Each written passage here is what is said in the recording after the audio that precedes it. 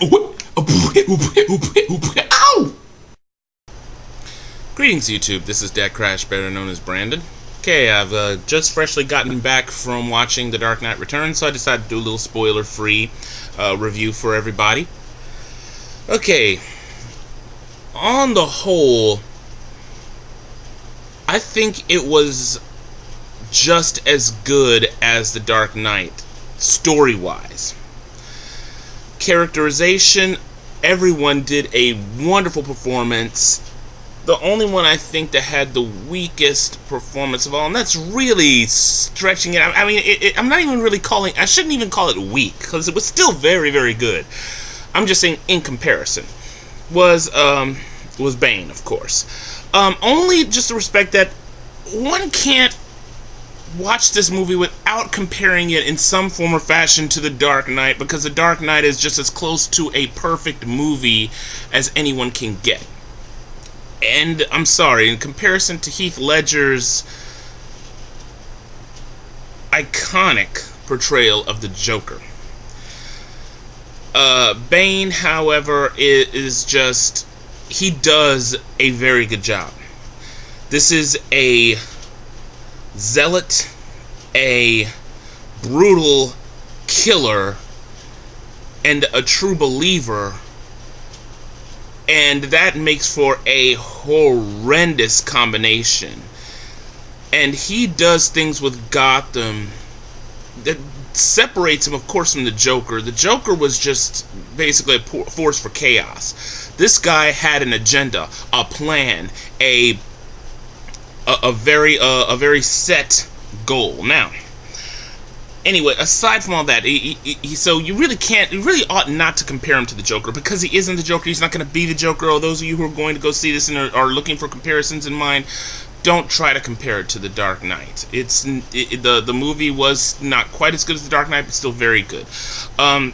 Like I said, everyone who was in it gave just absolutely stellar portrayals of their characters, especially the newcomers, the new police boy. And I'm so sorry, people. A lot of other reviewers tend to give names. I am so horrible with names. It is a shame. So please excuse my muddling through. Anyway, the guy who plays Alfred. Man, there are parts in that movie with him that there was a part in that movie that brought me to tears involving him. And I wish I could say it, but that would be revealing a whole lot. But his playing off of Bruce Wayne in this one, just it's like he got better and better every single movie, and this is just his absolute best. Of course, Commissioner Gordon, He kind of has a lean role at first, at the beginning, but it strengthens after, especially when things start really hitting the fan, and you really see just what this guy's capable of, and it is absolutely wonderful. He develops a powerful performance as Commissioner Gordon. And of course, the new guy, this beat cop who, like Bruce Wayne, was an orphan. The guy who plays him, that performance really stole the show. It really revealed just what kind of a person he is, and this person like idolized Batman as a kid.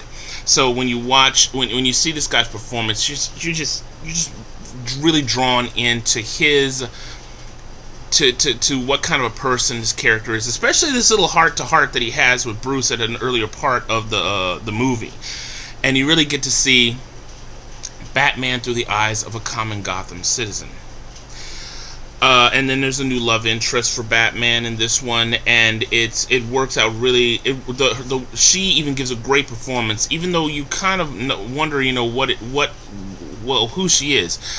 Now, I guess this leads to one of the biggest jaw-dropping plot twists I've ever seen in my life, and I will not say a thing. I'll just say there is a massive plot twist in around the third act of the movie that will have your jaws hit the floor. Although the problem when I had that plot twist is it came out of left field, and I'll get back to that in a moment. But I want to go ahead and also talk about Catwoman. That also was a really great performance. It was amazing that Christopher Nolan could put so many characters in this movie and give them all enough time to really be very well developed. I've seen some reviewers say that Bane's story is a bit convoluted. I didn't see anything convoluted about it at all. His motives were quite clear. They give enough background to the character, but yet that gets kind of jumbled up in the plot twist.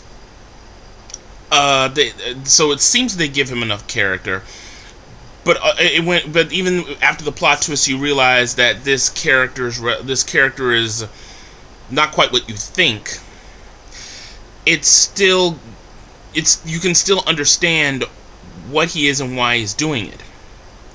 Okay, and like I said, with Catwoman, not only is she the hotness, but she does a great performance with what she is given. Selena Kyle, they have her little story, even though her background's a mystery, and of course she's supposed to be like a really, really, really good cat burglar.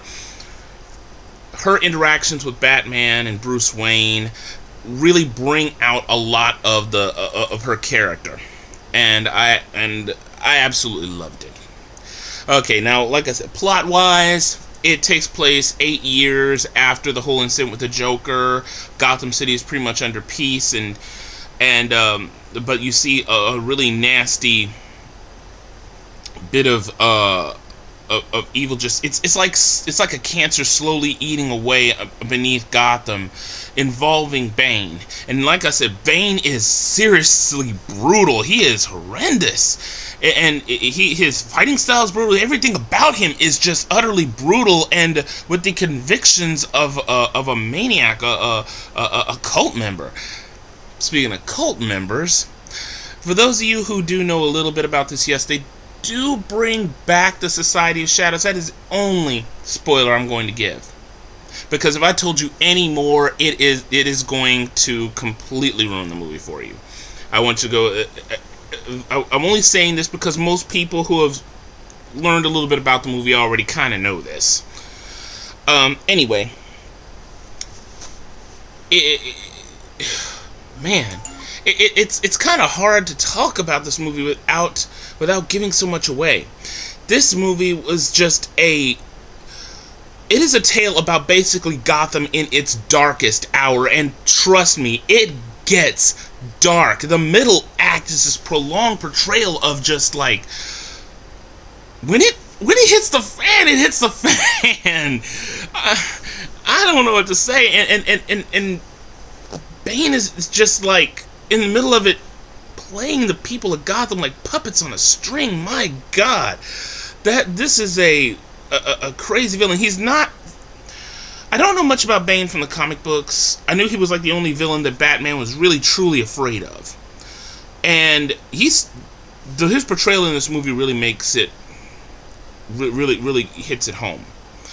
But then that leads to, of course, the third act, where you get hit by this plot twist that, yeah, it leaves your jaws on the floor. But when you think about it after the movie, you're like, wait a minute, they didn't give any kind of foreshadowing or pretense to this plot twist. So it leaves you kind of scratching your head, and I don't know, it felt like it was done more for convenience sake.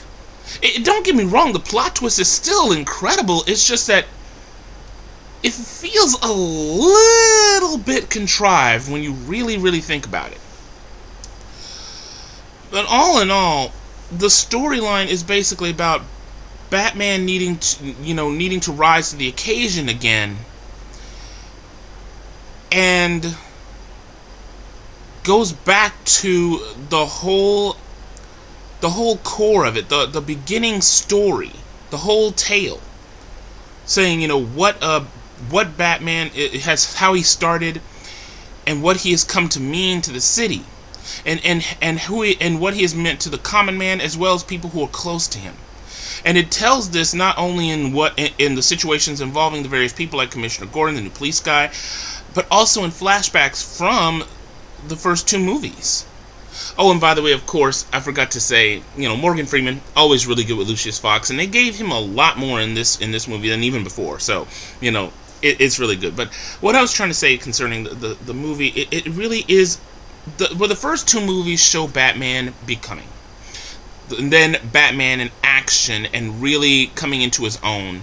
This one is more like a reflection on Batman, because the first two acts really don't have a whole lot of Batman in them. But where you see him, it does count. And of course, his little toys are still amazing. Yeah, this new fighter plane thing is a VTOL craft that'll just blow you away. And the Bat Pod is still awesome. But what I'm trying to say is this movie ends up being a bit more introspective than the first two. And it just crescendos and builds to this huge final act that really just gives it really just brings everything together. And it may even bring a tear to people's eyes. And then the final few minutes of the movie just a really big payoff.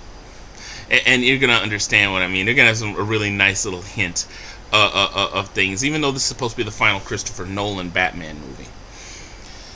So, like I said, this movie is just incredible. I mean, I was floored with The Dark Knight. The Dark Knight Rises, to me, felt like Nolan was trying to go beyond. May not have quite hit the mark exactly, but really gave Batman his take on the Batman trilogy a really good final act, a really good closure. I mean, I'm really glad to see that Christopher Nolan managed to pull Batman out of the ashes of what Joel Schumacher did with his abominable Batman and Robin, and really give the audience a good trilogy of movies that plays out an entire tale, and it has just a very satisfying ending and closure. And so, I highly recommend anyone see this movie. This one really cannot miss. This is like the Avengers. Yeah, the Avengers, don't miss it. Batman, Dark Knight Rises, don't miss it. The only problem I would really have, the only really negative things I would really have to say about the movie is the fact that it does tend to drag a little bit. And other reviewers said that it felt bloated. I think really just because the story had so many elements in it, it felt bloated. But when you really think about it, the movie in and of itself was not bloated. Every moment counted. It just had a lot to tell. And unlike some reviews, I was able to follow it perfectly well. People were saying that Bane's, like I said, people were saying that Bane's story was confusing. It wasn't confusing to me. It was complex in a sense, but not confusing. Every character was given enough time to really establish themselves, really do what they needed to do, and really shown with what was given. So, maybe it felt a little overly long because the story just had so much in it. But to me, no, it wasn't bloated in the slightest. Dark Knight was was fantastic and as close to perfect as possible. This one, the only reason why I think it probably will not be said to be as good as The Dark Knight, but still a wonderful and just don't miss movie, is the fact that this sorry, my cell phone was ringing. The fact that the movie had so much. The movie was more of an introspection. It took longer, the slower pace, more introspection than anything else. So that's really the only negative thing I can possibly say concerning this movie. And aside from that, I mean, whereas I would give, and I'm sorry, like I said, you can't help but compare it to The Dark Knight, only because people are looking for that. So I'll make my comparison. Whereas The Dark Knight was a solid 10, Dark Knight Rises was a solid 9.95 in my book. Very close, very similar. So that's my take on people, and like I said, I highly recommend you go and watch this one. Great performances, wonderful cinematography, story was just incredible, if a bit overly long-winded at points. But you can't miss this one. So, go see it.